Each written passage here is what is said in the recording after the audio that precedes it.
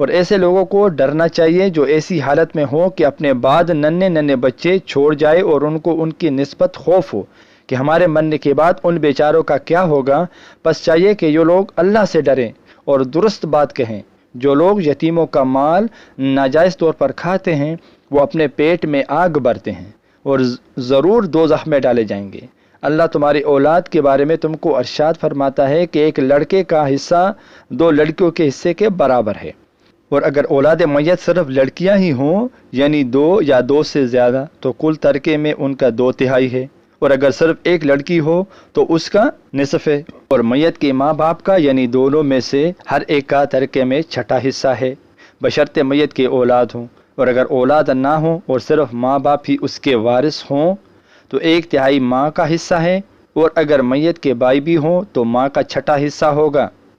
اور یہ تقسیم ترکہ میت کی وصیت کی تعمیل کے بعد جو اس نے کی ہو یا قرض کے ادا ہونے کے بعد جو اس کے ذمے ہو عمل میں آئے گی۔ تم کو معلوم نہیں کہ تمہارے باپ داداؤں اور بیٹوں پوتوں میں سے فائدے کے لحاظ سے کون تم سے زیادہ قریب ہے؟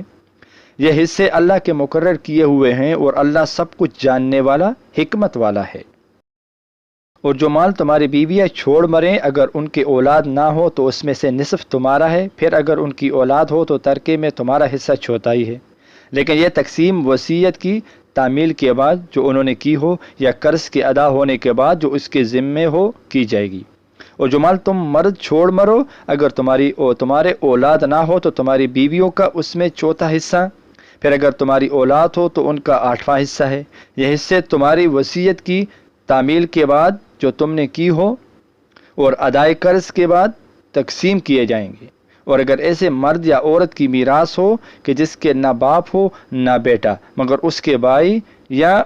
بہن ہو تو اس میں سے ہر ایک کا 1/6 حصہ ہے، اور اگر ایک سے زیادہ ہوں تو سب 1/3 میں شریک ہوں گے۔ یہ حصے بھی بعد ادائے وصیت و قرض بشرطے کہ ان سے میت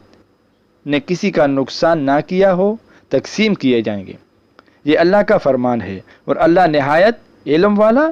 بردبار ہے۔ یہ تمام احکام اللہ کی حدیں ہیں، اور جو شخص اللہ اور اس کے پیغمبر کی فرما برداری کرے گا اللہ اس کو بہشتوں میں داخل کرے گا جن میں نہریں بہہ رہی ہیں، اور وہ ان میں ہمیشہ رہیں گے، اور یہ بڑی کامیابی ہے۔ اور جو اللہ اور اس کے رسول کی نافرمانی کرے گا اور اس کی حدوں سے نکل جائے گا اس کو اللہ دوزخ میں ڈالے گا جہاں وہ ہمیشہ رہے گا، اور اس کو ذلت کا عذاب ہوگا۔ مسلمانوں، تمہاری عورتوں میں جو بدکاری کا ارتکاب کر بیٹھے ان پر اپنے لوگوں میں سے 4 شخصوں کی شہادت لو۔ اگر وہ ان کی بدکاری کی گواہی دیں تو ان عورتوں کو گھروں میں بند رکھو یہاں تک کہ موت ان کا کام تمام کر دے یا اللہ ان کے لیے کوئی اور سبیل پیدا کرے۔ اور جو 2 مرد تم میں سے بدکاری کرے تو ان کو ایذا دو، پھر اگر وہ توبہ کر لے اور نیکوکار ہو جائیں تو ان کا پیچھا چھوڑ دو، بے شک اللہ توبہ قبول کرنے والا مہربان ہے۔ اللہ انہی لوگوں کی توبہ کو قبول فرماتا ہے جو نادانی سے بری حرکت کر بیٹھتے ہیں پھر جلد توبہ کر لیتے ہیں، پس ایسے لوگوں پر اللہ توجہ کرتا ہے، وہ سب کچھ جاننے والا حکمت والا ہے۔ اور ایسے لوگوں کی توبہ قبول نہیں ہوتی جو ساری عمر برے کام کرتے رہیں یہاں تک کہ جب ان میں سے کسی کی موت آ موجود ہو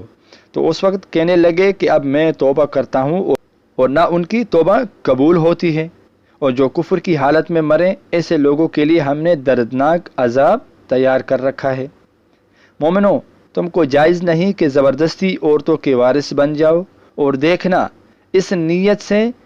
کہ جو کچھ تم نے ان کو دیا ہے اس میں سے کچھ لے لو، انہیں گھروں میں مت روک رکھنا۔ ہاں، اگر وہ کھلے طور پر بدکاری کی مرتکب ہوں تو اور بات ہے، اور ان کے ساتھ اچھی طرح سے رہو۔ پھر اگر وہ تم کو ناپسند ہو تو عجب نہیں کہ تم کسی چیز کو ناپسند کرو اور اللہ اس میں بہت سی بلائی پیدا کر دے۔ اور اگر تم ایک عورت کو چھوڑ کر دوسری عورت کرنی چاہو اور پہلی عورت کو ڈھیر سا مال دے چکے ہو تو اس میں سے کچھ مت لینا، بھلا تم بہتان لگا کر اور کھلا گناہ کر کے اپنا مال اس سے واپس لوگے، اور پھر تم دیا ہوا مال کیوں کر واپس لے سکتے ہو جبکہ تم ایک دوسرے کے ساتھ صحبت کر چکے ہو،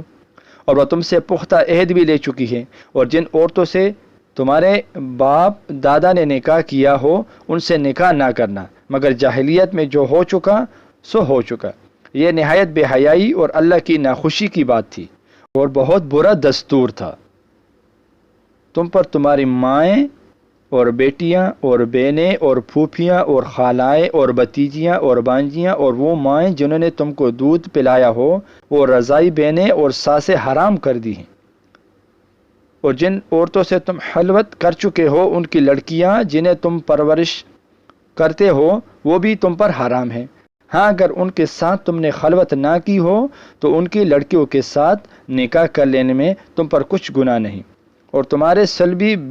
بیٹوں کی عورتیں بھی اور 2